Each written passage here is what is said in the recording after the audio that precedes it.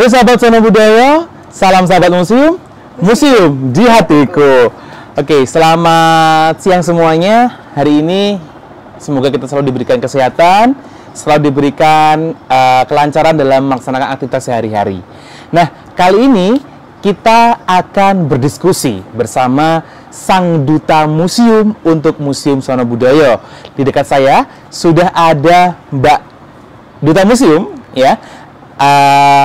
Beliau adalah Duta Museum untuk Museum Sono Budaya tahun 2022-2024. Nah, mungkin teman-teman sudah pada tahu di beberapa waktu yang lalu sudah berkenalan dengan Mbak Duta Museum ini. Tapi kali ini kita akan lebih lanjut mengenal sosok Mbak Duta Museum untuk Museum Sono Budaya Jakarta. Halo Mbak, halo. Selamat siang. Selamat siang. Oke. Untuk mengawali kegiatan kita pada siang hari ini, lebih baiknya mungkin Mbak Dina kenalan dulu deh kepada teman-teman sahabat Sono Budaya. Halo sahabat Sono Budaya, namaku Dina, nama lengkapku Jestina, emang agak aneh ya, Dina dari Jestina. Aku saat ini mahasiswa S2 di Tata Kelola Seni Pascasarjana ISI Yogyakarta. Oke, jadi teman-teman Mbak Dina ini adalah Duta Museum di Museum Sono Budaya yang juga sekaligus mahasiswa S2. Gimana tuh repotnya jadi Duta Museum dan juga mahasiswa S2 yang sedang menyusun tesis. Mantap. Nah, kali ini kita akan berdiskusi santai. Okay. Kita akan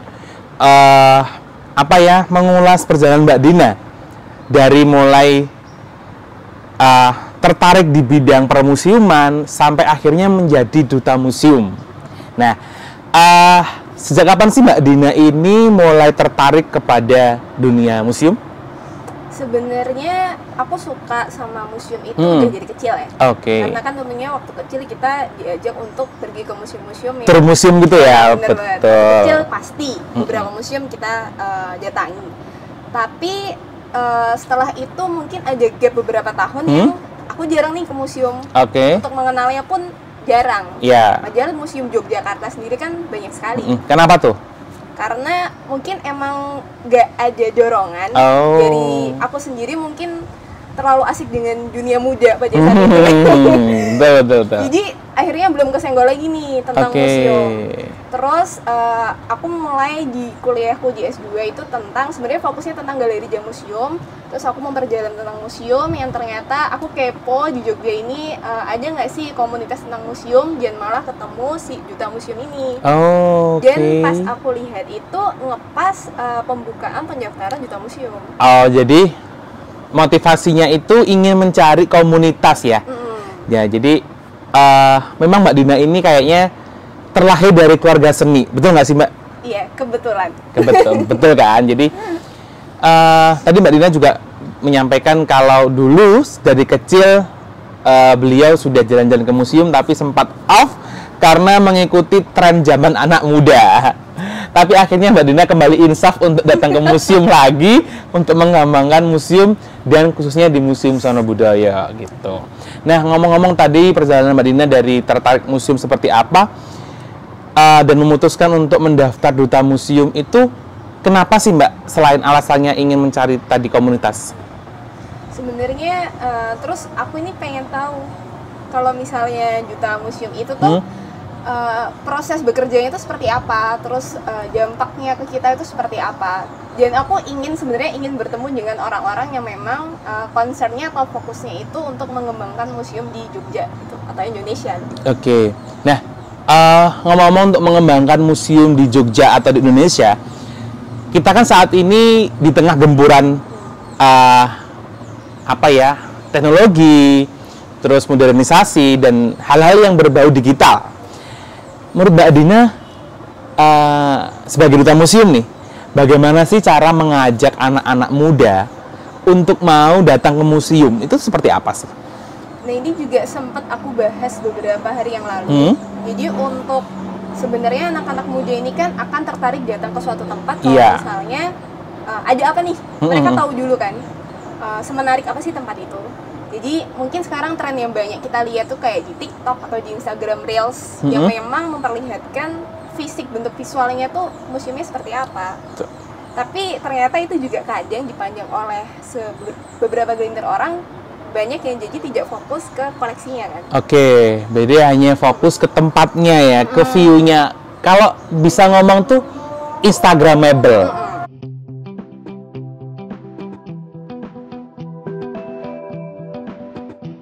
Oke Mbak Dina, tadi kita sudah ngobrol kalau ternyata teman-teman anak muda itu kalau datang ke museum, dia itu ingin foto-foto saja. Nah, gimana sih Mbak sikap Mbak Dina sebagai duta museum nih untuk mengatasi hal itu? Tadi aku sempat ngomong kalau itu kan menjadi sebuah problematika. Terus sekarang aku merasa tugas duta museum adalah bagaimana kita itu mengedukasi teman-teman, tentunya anak muda, untuk bagaimana sih kita harus bersikap, terus bagaimana kita melihat sebuah koleksi itu secara utuh ya. Jadi bukan hanya sekedar lewat atau baca captionnya aja yang pendek, tapi bagaimana kita menyematkan hidupnya kita itu kepada koleksinya itu. Jadi akan muncul sebuah ketertarikan gitu ya. Ketertarikan dan keterikatan gitu ke koleksi. Jadi bagaimana sih kita menciptakan hubungan kita dengan koleksi seperti kita menciptakan hubungan kita dengan siapalah ya. Si Doi. Mungkin. Nah, ya. Nah, jadi mungkin itu juga bisa menjadi sebuah masukan buat sahabat Sono Budoyo kalau selain kita datang ke museum itu untuk mencari stok foto untuk galeri smartphone, tapi kita juga bisa untuk belajar hal-hal yang lebih mendalam terkait tentang koleksi ada apa di museum itu, terus ini pernah digunakan pada zaman apa gitu kan. Nah, kita mungkin harus sedikit berubah mindset ke arah situ. Kayak di Sono Budoyo, Mbak Dina sudah tahu belum kalau kita punya koleksi cermin yang zaman dulu harus digosok sampai mengkilap. Benar. Nah, itu kan juga sebuah edukasi ya. Jadi kita akan tahu fungsi dari cermin itu. Nah, dan misalkan kalau teman-teman juga ke museum bingung, ini apa sih penjelasannya? Pasti akan ada captionnya di setiap ruangan itu ya Mbak. Dan juga ada pemandu. Nah, teman-teman jangan khawatir untuk meminta bantuan kepada pemandu atau tour guide yang ada di museum itu untuk menjelaskan terkait tentang ruangan-ruangan yang ada di museum itu. Gitu. Nah, lalu bagaimana Mbak Dina sebagai duta museum berpartisipasi kepada masyarakat untuk masyarakat itu mau mencintai museum? Sebenarnya banyak yang bisa kita lakukan ya, walaupun bukan sebagai duta museum, tapi karena saya sebagai duta museum kan saya punya kapasitas yang lebih luas. Jadi sebenarnya ada program-program yang akan saya lakukan, seperti saya tuh ingin memberikan sebuah kisah ke teman-teman tentang beberapa rentetan, bukan tragedi ya, peristiwa. Tentang peristiwa yang sebenarnya itu tuh bisa kita baca lewat museum, dengan satu koleksi itu menceritakan sebuah kisah itu yang romantis, sebuah kisah yang memberikan makna kehidupan ke kita. Betul. Lalu yang seperti Mas Jeffrey tadi sampaikan, yang cermin tadi itu itu ternyata memberikan satu konsep di kepalaku bahwa setiap manusia itu mengalami kemajuan di eranya masing-masing. Iya, betul. Jadi kita harus juga tahu ya, maksudnya kita tahu ke museum itu tuh kita tahu dari perkembangan dari zaman dulu nenek moyang kita itu seperti apa berkehidupan sosial. Akhirnya kita sekarang merasakan apa yang itu namanya cermin, apa yang itu dinamakan sebuah jam tangan, terus prediksi waktu. Tanggal juga itu kan hasil dari peristiwa masa lalu yang sengaja dilakukan oleh nenek moyang kita gitu. Jadi sebenarnya tuh ke museum tidak hanya tadi dikatakan Mbak Dina kita berfoto-foto, tapi kita juga bisa belajar terkait peristiwa masa lalu yang mungkin kita rasakan di saat ini juga, tapi dengan bentuk yang sudah berbeda, yang lebih modern, yang lebih fleksibel dan juga efektif.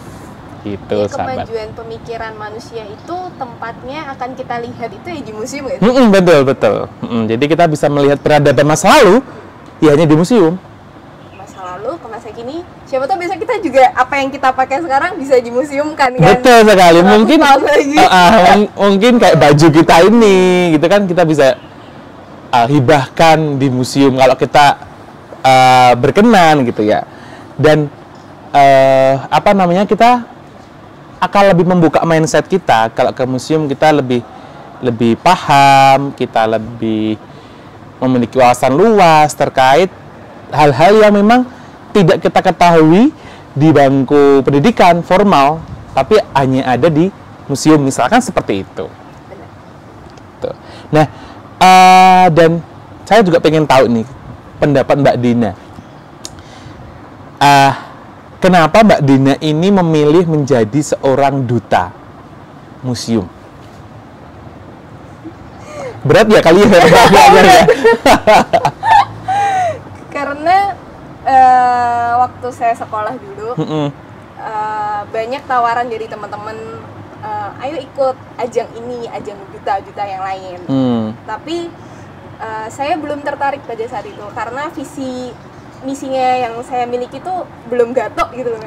Oke. Apa nih? Aku ikut duta ini, tapi misiku bukan ke situ. Kalau yang ini misi saya tuh emang bagaimana sih sebenarnya peran kita itu ke museum.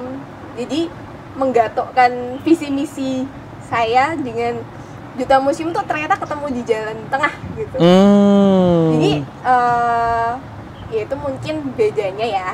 Kalau misalnya saya concern di duta museum ini tuh emang niatnya untuk permusiuman di Jogja. Untuk memajukan museum Jogja ya, betul. Kalau bisa, walaupun sumbangsi saya kan minor ya. Belum yang luar biasa. Suatu saat akan luar biasa. Ya dikit-dikit lama-lama jadi bukit. Betul sekali, kita mengikuti kata-kata pepatah seperti itu. Jadi menemukannya di tengah-tengah jalan itu duta museum. Itu. Jadi ini sebuah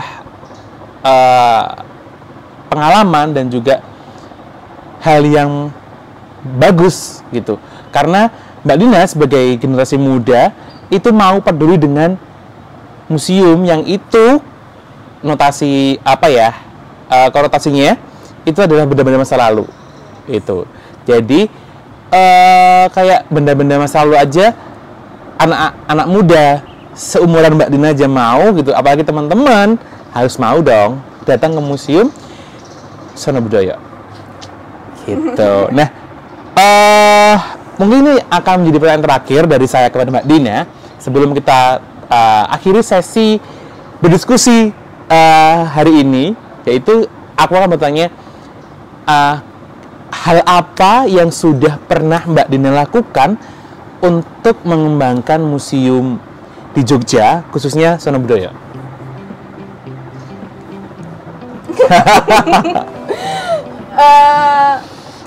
Kalau untuk sekarang peranku masih pasif ya, mengingat bulan Januari, Februari, dan Maret ini. Makanya ini aku awali bagaimana langkah pertamaku untuk melakukan itu. Tapi untuk kegelisahan yang sudah aku tangkap sebenarnya di pameran seperti Galeri Jam Museum itu, aku udah bikin video singkat sekitar berapa menit gitu untuk menunjukkan bagaimana sih kita sebagai anak muda itu harus bersikap di dalam galeri dan museum. Nah itu adalah tadi langkah-langkah minor yang aku lakukan. Seperti sebenarnya kalau kita masuk ke dalam galeri atau museum tuh kita baca teks kuratorial dulu, terus kita jangan sampai menyentuh karya, menjaga jarak dari karya, terus tidak menggunakan flash saat memfoto karya. Itu kan seperti adab kita saat berada di dalam museum. Yes. Itu coba aku influence ke teman-teman untuk ya semoga aja teman-teman pernah lihat. Yang itu yang coba salah satu hal yang aku lakukan saat jadi duta. Tapi untuk Sono Budaya ini besok mimpinya adalah aku bisa menceritakan dari hasil riset yang aku lakukan untuk akhirnya berkisah ke teman-teman tentang seberapa cantik sih sejarah yang kita miliki ini hingga menjadikan kita yang sekarang. Amin. Semoga mimpinya Mbak Dina terwujud Ya, amin. dan teman-teman juga bisa mendengar kisah-kisah cantik dari kebudayaan masa lalu, cerita-cerita masa lalu terkait ya mungkin akan ada hubungannya dengan teman-teman, dengan sahabat Sono Budoyo yang itu akan memberikan kita sebuah gambaran gitu, kayak memberikan kita sebuah gambaran, oh ternyata dulu adanya sebuah peristiwa ini tuh karena ini ya. Nah jadi kita Mbak Dina tadi sudah ngomong berusaha ingin mengemas cerita-cerita masa lalu dengan cantik dan epik untuk disampaikan kepada teman-teman sahabat Sono Budoyo. Bulan April ditunggu, sepertinya akan membahas tentang wanita Jawa. Ditunggu konten bulan April, nanti kita akan hadir lagi, berdiskusi lagi terkait tentang tadi temanya adalah wanita Jawa. Karena kebetulan April adalah momennya pas dengan Hari Kartini. Itu. Nah, betul, kita merayakan Hari Besar Wanita. Gitu, Hari Besar Wanita se-Indonesia. Nah, oke. Mungkin itu Mbak Dina pembahasan kita, diskusi kita pada siang hari ini. Teman-teman, jangan lupa untuk tetap mengikuti atau menyimak informasi terbaru dari kita, Museum Sono Budoyo Yogyakarta. Bisa kunjungi channel kami di Museum Sono Budoyo dan juga sosial media kami. Ada Instagram, Facebook, TikTok, dan juga ada Twitter di @sonobudoyo. Sampai jumpa di kesempatan yang lainnya. Salam sahabat museum, museum di hatiku.